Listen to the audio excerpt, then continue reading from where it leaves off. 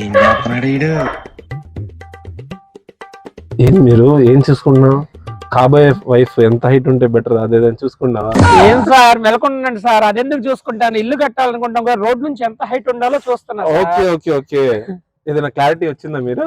అర్థం అవ్వట్లేదు sir, road నుంచి ఎంత ఉండాలనేది అర్థం అవ్వలేదు సార్.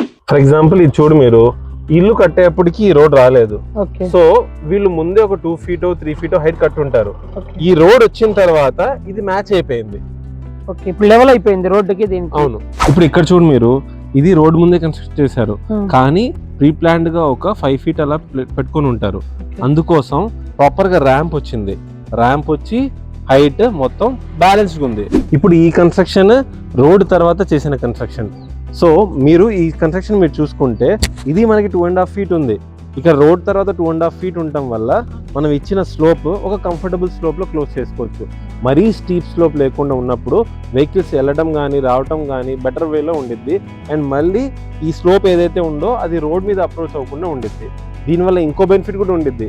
మంచి రైనీ సీజన్ లో ఎప్పుడైనా బాగా వాటర్ వచ్చేసి డ్రైనేజ్ ఇష్యూస్ ఉన్నప్పుడు వాటర్ లోపల రాకుండా ఉండిద్ది. మీ ఇంటికి ఏ హైట్ లో పెట్టుకోవాలి, ఎలాంటి ర్యాంప్ కావాలి అనేది ఈ వీడియోతో మీకు అర్థమై ఉండిద్ది.